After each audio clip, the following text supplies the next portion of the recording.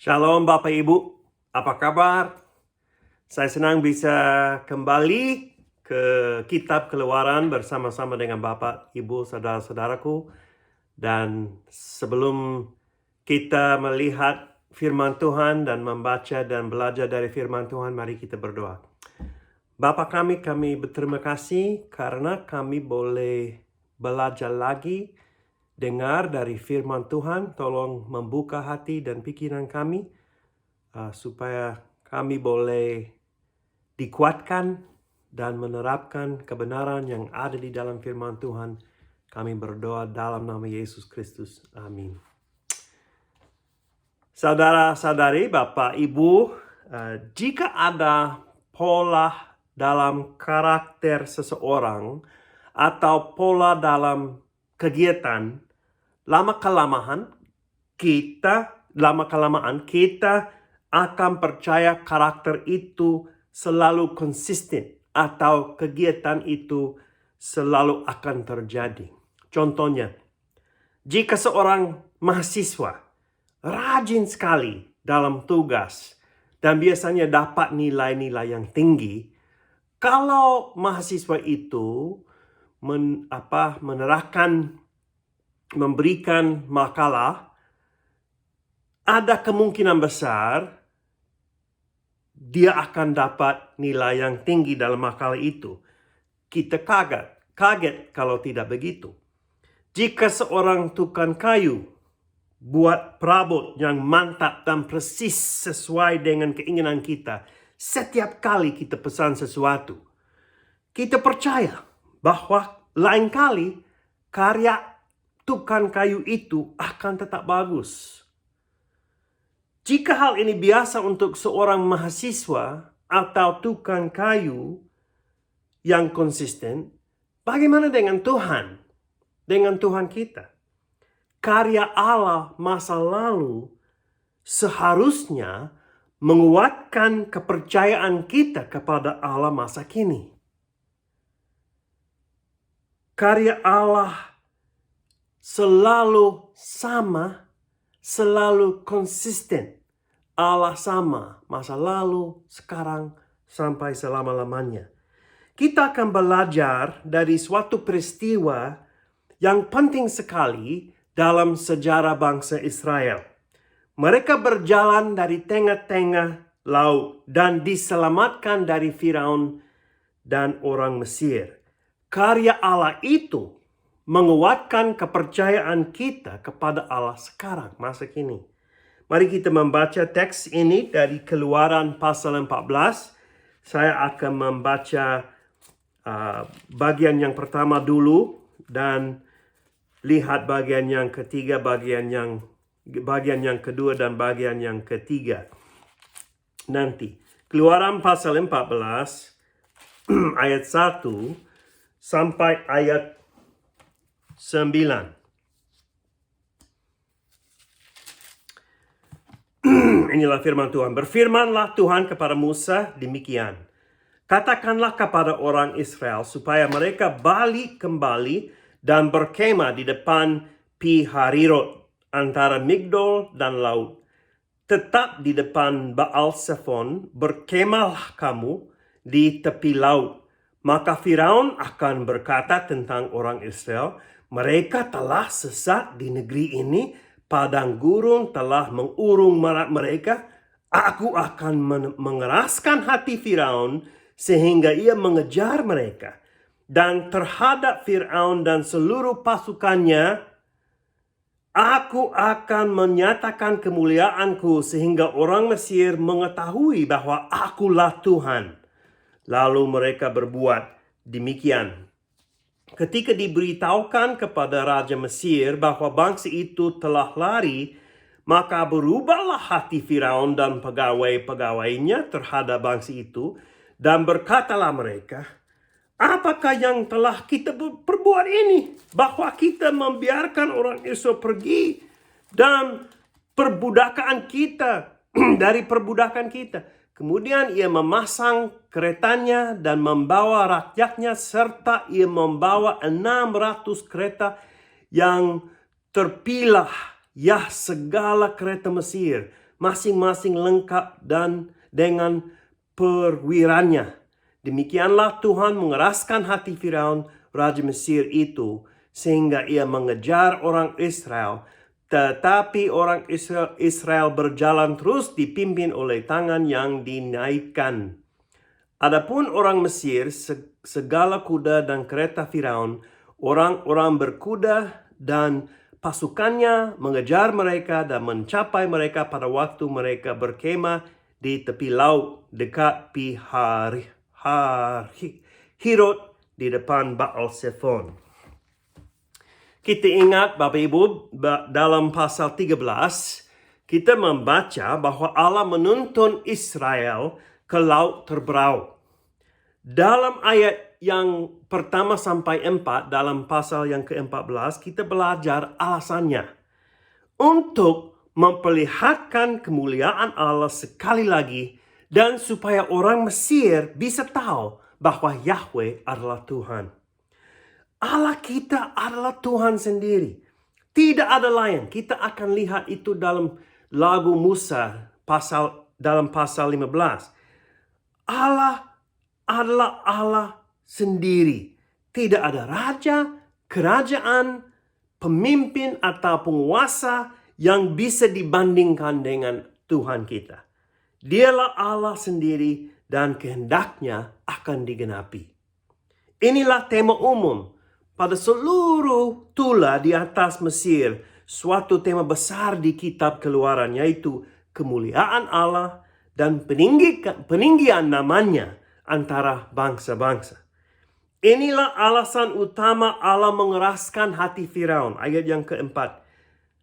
Aku akan mengeraskan hati Firaun sehingga ia mengejar mereka, dan terhadap Firaun dan seluruh pasukannya, aku akan menyatakan kemuliaanku.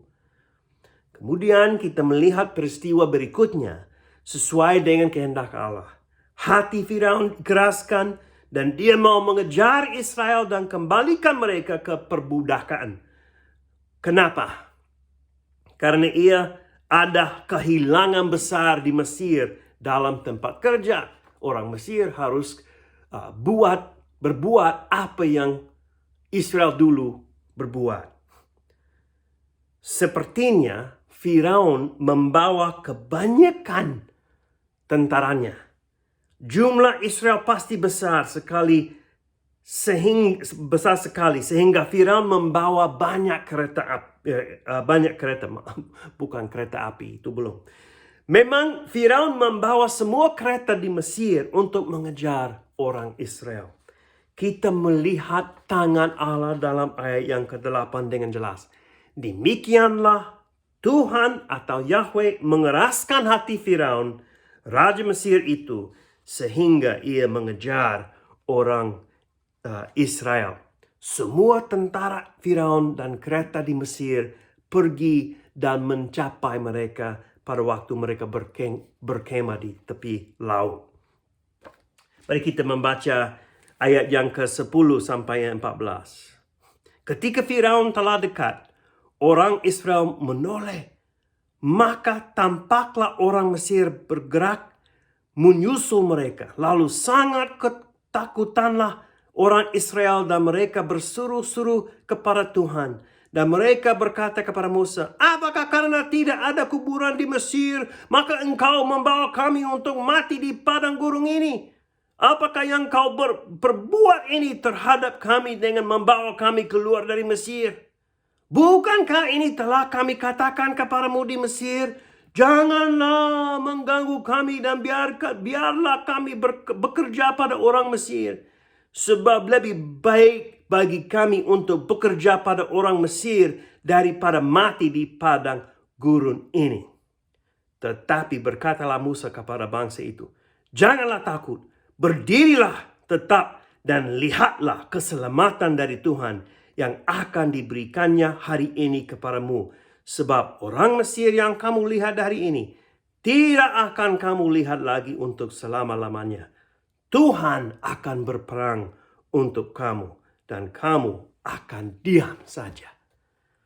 Coba bayangkan perasaanmu setelah dibebaskan dari perbudakan setelah 430 tahun. Tidak ada kehidupan lagi yang diketahui. Hanya tahu perbudakan. Hanya tahu bagaimana hidup sebagai seorang budak. Tidak tahu bagaimana hidup sebagai orang bebas. Mungkin inilah salah satu alasan untuk hukum Taurat. Karena mereka tidak tahu bagaimana hidup sebagai umat Allah. Mereka perlu hukum-hukum untuk menolong, membantu, mengingatkan mereka. Orang ini hanya bisa memikir seperti orang budak. Hanya bisa merasa seperti orang budak. Hanya bisa harapan sesuai dengan perbudakan. Maksudnya tidak ada harapan. Jadi mereka itu biasa.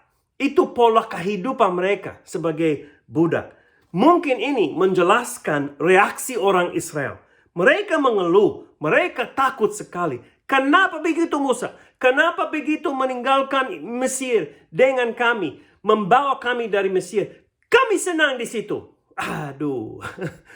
Kami lebih baik diam di Mesir daripada mati di padang gurun. Tetapi mungkin itu bisa dipahami perasaannya. Tetapi pada sisi lain, mereka baru melihat 10 tulah yang jatuh dari tangan Tuhan. Dan tulah yang ke-10 ada kematian anak sulung di seluruh tanah Mesir. Di rumah yang tidak ditutupi dengan darah anak domba. Dan mereka lupa itu. Mereka lupa kekuatan tangan Tuhan. Ketakutan menguntir pandangan kita. Tetap masa kini. Ketakutan membuat bangsa Israel rindu perbudakan di atas kebebasan. Ketakutan ini membuat Israel mengeluh kepada Musa dan ingin kembali ke Mesir. Ayat yang ke-12 jelas. Bukankah ini telah kami katakan kepadamu di Mesir? Janganlah mengganggu kami dan biarlah kami bekerja pada orang Mesir. Biarlah mereka tetap budak. Biarlah mereka hidup dalam perbudakan. Pasti itu yang mereka ingin? Tidak. Tapi ketakutan menguntir pandangan mereka. Inilah menjadi respons banyak orang pada waktu mereka dengar Injil. Biarkan kami tetap hidup sebagai budak dosa kepada dosa. Orang Israel sama sekali lupa janji Allah kepada nenek moyang mereka untuk menuntun mereka ke tanah perjanjian. Tetapi Musa mencoba mengubah fokus mereka kepada Tuhan. Janganlah takut, berdirilah tetap dan lihatlah keselamatan dari Tuhan. Dia memberikan harapan bahwa Allah akan menyelamatkan mereka. Kalimat ini sebenarnya adalah kalimat singkat dalam bahasa aslinya dari Musa. Musa agak marah. Sepertinya dia berkata, tutup mulutmu. Ini singkat. Jangan begitu. Jangan berkata begitu. Dia menegur mereka karena mereka tidak percaya. Di dalam ayat 14 ada janji yang luar biasa. Seperti Musa marah. Tuhan akan berperang untuk kamu. Dan kamu akan diam saja. Diam saja dan melihat keselamatan dari Tuhan. Ini yang dibuat Daud. Ingat ya, pada waktu Daud melawan Goliat, orang tinggi sekali dan luar biasa kuat. Tetapi Daud hanya percaya kepada Tuhan bahwa Tuhan akan berperang untuk dia. Dan kita lihat ini lagi dengan Raja Yosafat yang melawan orang Moab. Mereka hanya bersyukur dan bernyanyi kepada Tuhan karena Tuhan berperang bagi mereka. Kebenaran ini tetap benar. Yesus berperang bagi kita. Kita adalah saudara-saudari sang singa dari suku Yehuda, yaitu tunas Daud, seekor anak domba yang telah disembelih. Dia telah menang sedang menang dan akan menang. Kita hanya harus maju dengan iman. Yesus akan membangun jemaatnya dan alam maut tidak akan menguasainya. Jangan-jangan kita mau kembali ke keadaan perbudakan dulu sebelum dibebaskan oleh Yesus Kristus. Jangan kita ingin kehidupan di bawah dosa setelah sudah mengalami kebebasan dalam Yesus Kristus, penebusan dalam Yesus Kristus. Banyak orang kalau ada sesuatu yang tidak baik yang terjadi di dalam kehidupan mereka, mereka langsung kira, aduh itu lebih baik saya tidak diselamatkan. Aduh ini karena kita sering lupa kekuatan Tuhan, kita sering lupa karya Allah yang dilakukan dulu, dan itu menguntir pandangan kita sampai saat ini. Kita lihat bagian yang ketiga. Saya tidak akan membaca semuanya karena itu agak panjang, tapi ini 15 sampai 31. Kita lihat apa yang terjadi. Dalam bagian yang terakhir ini, kita melihat kemenangan Tuhan yang terakhir atas Firaun dan tentara Mesir. Ada tulah yang pertama, tulah yang kedua, sampai tulah yang ke-10. Ini tindakan Allah yang terakhir, hukuman Allah yang terakhir di atas Firaun. Tidak ada pilihan lagi bagi bangsa Israel kecuali percaya kepada Allah dan maju dan melewat laut terberau. Jadi laut di sini, mereka lihat Firaun di situ, bagaimana? Hanya satu pilihan, harus melewat laut. Tongkat Allah diangkat dan diulurkan ke atas laut, dan bangsa Israel berjalan dari tengah-tengah laut di tempat kering. Ini mujizat sendiri. Mereka berjalan di tempat kering. Baru ada air di situ, tapi itu kering. Dikeringkan oleh Allah supaya mereka bisa berjalan dengan aman. Sekali lagi kita melihat kehendak Allah digenapi. Dia akan mengeraskan hati Firaun dan hati orang Mesir sehingga mereka akan mengejar dan menyusul orang Israel. Mengapa? Aku akan menyatakan kemuliaanku. Kemenangan dimiliki oleh Allah. Dia menang. Tiang awan diposisikan antara orang Israel dan Firaun sama tentaranya. Seluruh malam itu tentara Mesir tidak bisa maju oleh karena tiang kemuliaan Allah. Kemudian pada waktu orang Mesir menyusul orang Israel, Allah membuat kekacauan bagi mereka. Orang Mesir sadar apa yang terjadi. Mereka melihat kekuasaan Allah walaupun hati mereka dikeraskan. Ayat 25, marilah kita lari meninggalkan orang Israel sebab Tuhanlah yang berperang untuk mereka melawan Mesir. Laut yang terbelah mungkin mengingatkan kita tentang penciptaan dalam Kejadian pasal 1 pada waktu laut terbelah dari tanah. Tetapi dalam situasi ini, apakah ada kekacauan? Bukan penciptaan, karena hukuman Allah jatuh ke atas Mesir. Pada waktu pagi, esok harinya, setelah orang Israel sudah berjalan dari tengah-tengah laut itu, Allah membuat air kembali di atas orang Mesir dan mereka semua dimatikan. Tidak ada yang tinggal dari mereka. Ayat yang ke-28. Inilah anak yang kedua, anak yang ketiga, anak yang keempat yang melayani dalam tentara. Sekarang semuanya hangus. Bukan saja anak sulung, semuanya. Orang Israel melihat kehancuran ini. Ayat 30, orang Israel melihat orang Mesir mati terhantar di pantai laut. Perhatikanlah reaksi orang Israel dalam ayat yang ke-31. Ketika dilihat oleh orang Israel betapa besarnya perbuatan Allah yang dilakukan Tuhan terhadap orang Mesir, maka takutlah bangsa itu kepada Tuhan dan mereka percaya kepada Tuhan dan kepada Musa hambanya itu. Pada waktu kita melihat karya Allah yang besar, kita seharusnya bertumbuh dalam kepercayaan kita dan ibadah yang murni kepada Dia.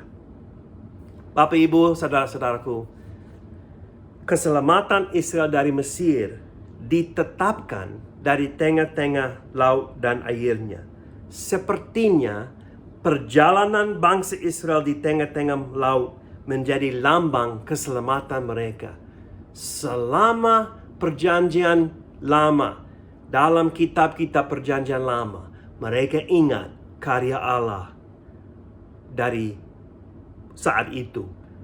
Allah menyelamatkan mereka dari Mesir, dari tengah-tengah laut. Masa kini mungkin bisa dikatakan baptisan seperti itu. Roma pasal 6 ayat 3-4 mengatakan, "Aku tidak tahukah kamu bahwa kita semua yang telah dibaptis dalam Kristus telah dibaptis dalam kematiannya.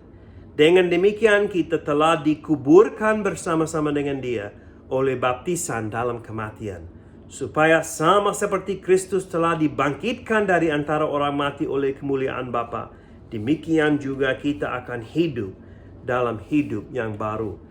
Kita diselamatkan oleh Yesus dari karyanya yang luar biasa di atas salib dan dalam kebangkitannya.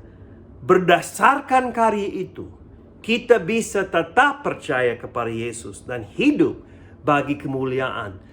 Sama seperti Israel. Ingat keselamatan dari Tuhan. Pada waktu Dia menyelamatkan mereka dari Mesir, dari tengah-tengah laut, kita bisa ingat keselamatan kita dalam Yesus Kristus dan bagi kemuliaannya. Setiap kali kita mulai meragukan janji-janji Allah, kita harus mengingat karyanya yang luar biasa.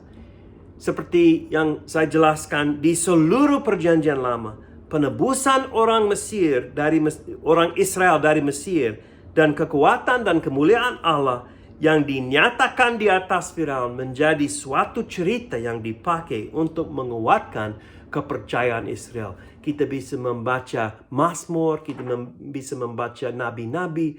Mereka selalu mengingat itu sebagai keselamatan yang diberikan oleh Tuhan. Bapak, Ibu, saudara-saudara, mungkin kita ada sesuatu yang berat masa kini yang kita alami, yang kita harus hadapi. Mungkin ada penyakit, mungkin ada kehilangan pasangan, mungkin ada sesuatu yang serius seperti itu. Mungkin kita merasa down oleh karena COVID. Saya kurang tahu. Tetapi pada waktu itu, jangan meragukan kebaikan Tuhan. Ingat perbuatan dan karya Allah yang menyelamatkan kita oleh karena Yesus Kristus. Mari kita pegang kebenaran ini dari 2 Korintus pasal 1 ayat 20-22. Sebab Kristus adalah ya bagi semua janji Allah. Itulah sebabnya oleh Dia kita mengatakan amin untuk memuliakan Allah. Sebab Dia yang telah meneguhkan kami bersama-sama dengan kamu di dalam Kristus adalah Allah yang telah mengurapi, memeteraikan tanda miliknya atas kita dan yang memberikan Roh Kudus di dalam hati kita sebagai jaminan dari semua yang telah disediakan untuk kita. Wahyu pasal 15 ayat 3. Mereka bernyanyi, "Besar dan ajaib semua pekerjaanmu, ya Tuhan Allah yang Maha Kuasa. Adil dan benar segala jalanmu, ya Raja segala bangsa." Kita harus ingat karya Allah. Setiap kali kita merasa down, setiap kali kita mau bernyanyi kepada dan bersyukur kepada Tuhan, kita ingat keselamatan. Kita ingat karya Allah dalam Yesus Kristus. Semua janji Allah dalam Yesus adalah ya. Jadi kita bisa mengucapkan amin. Mari kita berdoa. Bapa kami di surga, kami berterima kasih atas pengingatan ini bahwa Allah sangat besar, karya Allah sangat luar biasa bagi kami. Dan kami bersyukur kepada Tuhan, Engkau adalah Allah yang esa, Allah yang unik, Allah yang sendiri yang menyelamatkan dan mampu menyelamatkan kami. Dan itu dibuktikan dengan kedatangan Yesus Kristus yang pertama. Dan kami menantikan kedatangan Yesus Kristus yang kedua. Nah, itu menguatkan kepercayaan kami. Tolong kami selalu mengingat karya Allah dan untuk menguatkan kepercayaan kami masa kini. Supaya kami boleh hidup untuk kemuliaan Tuhan. Kami berdoa dalam nama Yesus Kristus. Amin. Shalom.